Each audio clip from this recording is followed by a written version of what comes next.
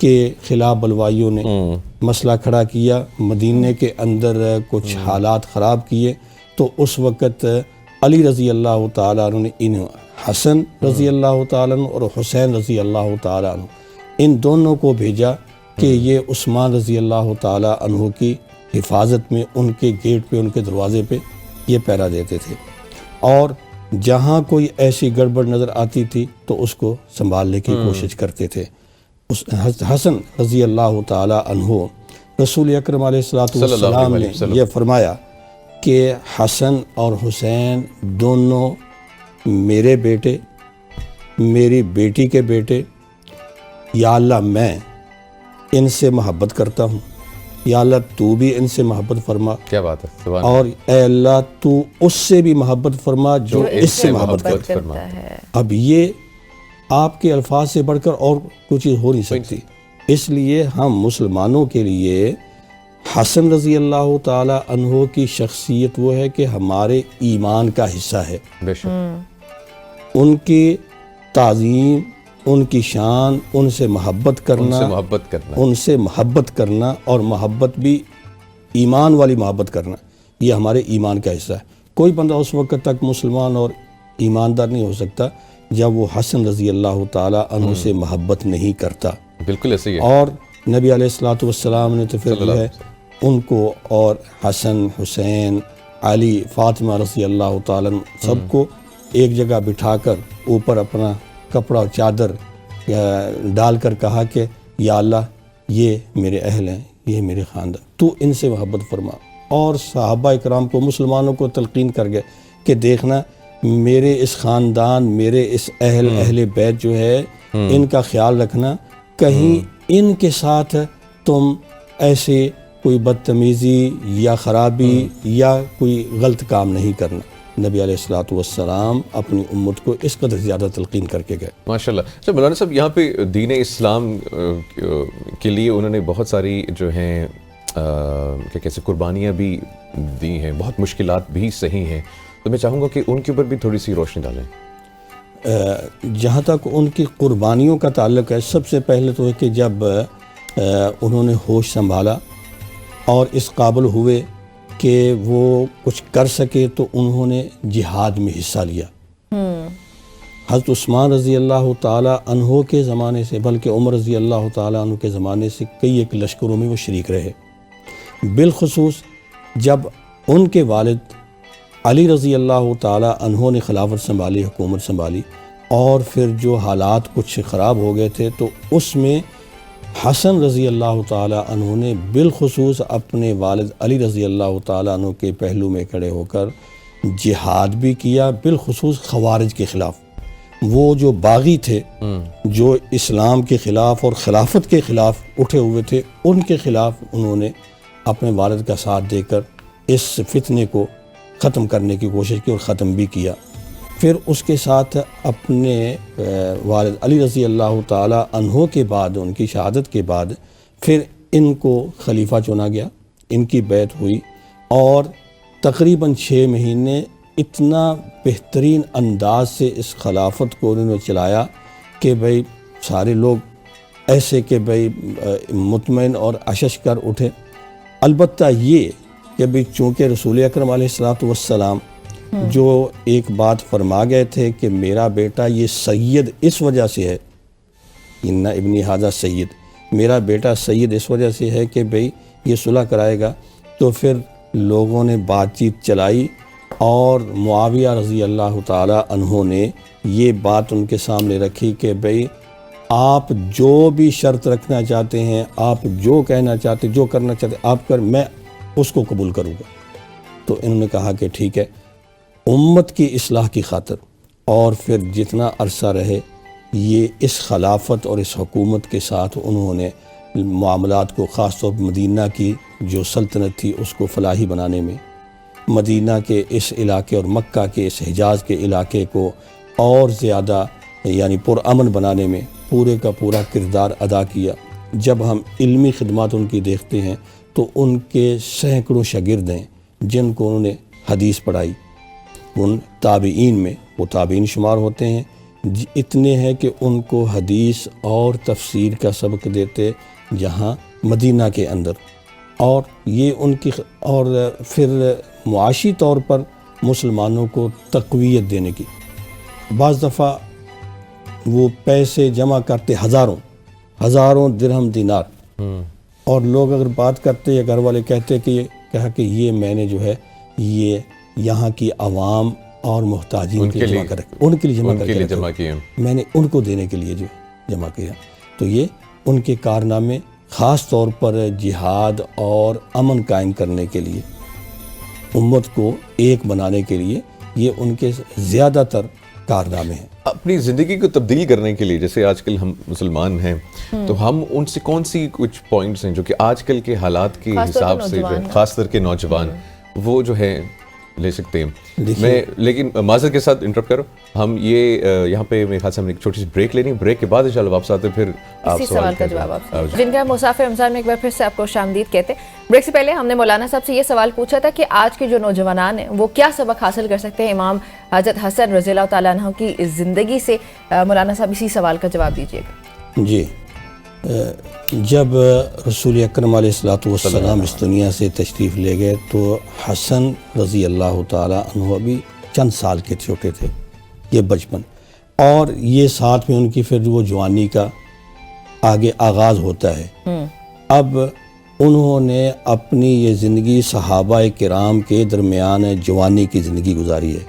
اب آپ کا سوال ہے کہ جوان، آج کے نوجوان اور آج کا معاشرہ اور ہم ان حالات میں ان سے کیا حاصل کر کے کیسے اپنے اندر تبدیل لا سکتے ہیں؟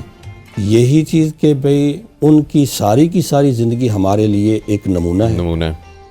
اگر دیکھیں کہ وہ دوسروں کی خیر خواہی، اپنی ضرورت کو چھوڑ کر، اپنی خواہشات کو چھوڑ کر دوسروں کے لیے زیادہ محبت رکھنے والے، دوسروں کو جس کو کہتے ہیں کہ ایثار، اور وہ ایمان کا حصہ جس کو نبی علیہ السلام نے فرمایا کہ بھئی اس وقت تک بندہ مومن نہیں ہو سکتا جب تک وہ اپنے دوسرے مسلمان بھائی کے لیے وہی کچھ پسند نہیں کرتا جو اپنے پسند کرتا ہے. اب وہ اپنے لیے پسند کرتے تھے کہ مجھے جو ہے یہ حاصل ہونا چاہیے، تو وہ دوسروں کے لیے اس کی زیادہ خیر خواہی کرتے تھے.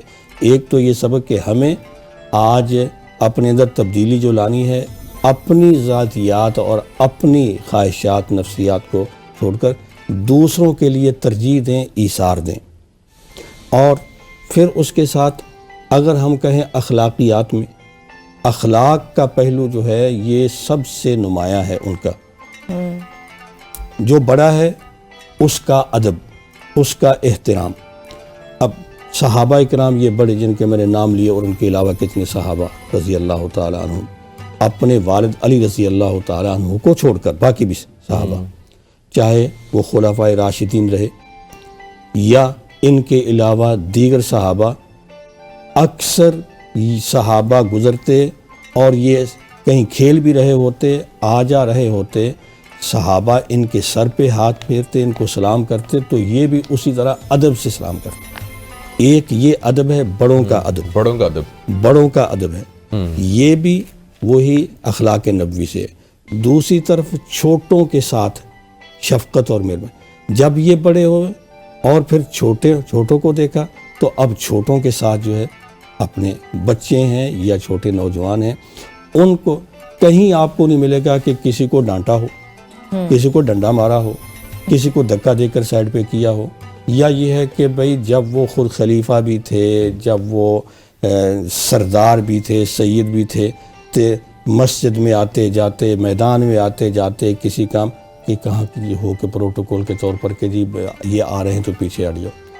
اگر مکہ میں بھی طواف کرتے ہیں، حرم میں آتے جاتے ہیں تو وہاں پر بھی لوگوں کے ساتھ، لیکن ہر ایک کا اس کے مرتبے کے اعتبار سے احترام کرتے ہیں. اور اگر اسی کو ہم اور آگے بڑھائیں تو ان سے ہم سبق لے سکتے ہیں اپنی تعلیم کا. بالکل. رسول اکرم علیہ الصلوۃ والسلام نے ان کو، حالانکہ وہ اس وقت بچے تھے، سن 3 ہجری میں پیدا ہوئے ہیں. رسول اکرم علیہ الصلوۃ والسلام اس دنیا سے سن 10-11 ہجری کو تشریف لے گئے، یعنی ان کی عمر اس وقت سمجھے کہ 7-8-9 سال کی تھی. آپ نے اتنی عمر ان کو کئی دعائیں کئی مسائل سمجھائے جن میں قنوت کی دعا بھی سکھلائی. اب یہ سیکھا. پھر اپنے ان بڑے صحابہ سے انہوں نے بہت سی کتنی حدیثوں کے راوی ہیں. آپ نے ان کو کہا کہ وہ امام ہیں, ہمارے امام ہیں. وہ امام کیسے بنے؟ ان کا علم دیکھے کتنی روایتیں احادیث ان کتب کے اندر کہاں سے لیں. انہوں نے اپنے ان بڑے صحابہ سے حاصل کی. پھر اس کو آگے بڑھایا. یہ علمی میدان ہے جو ہمیں یہ سبق دیتا ہے کہ ہمیں اپنی ایجوکیشن, اپنی تعلیم پر خاص توجہ, نوجوانوں کو اس پہ توجہ دینے کی ضرورت ہے. سب سے پہلے تعلیم کے اوپر, سب سے پہلے تعلیم کے اوپر, کیونکہ جو جس بندے کے پاس کچھ تعلیم ہے اور یہ کچھ معلومات ہیں وہ اپنی شخصیت بھی بنا سکتا ہے, اپنا مستقبل بھی بنا سکتا ہے. ہمیں اس حقیقت میں اس وقت ضرورت ہی اس چیز کی ہے, تعلیم, کہ ہم تعلیم پہ توجہ دیں. مولانا حافظ انور صاحب آپ کا بہت بہت شکریہ ہمیں جوائن کرنے کے لیے.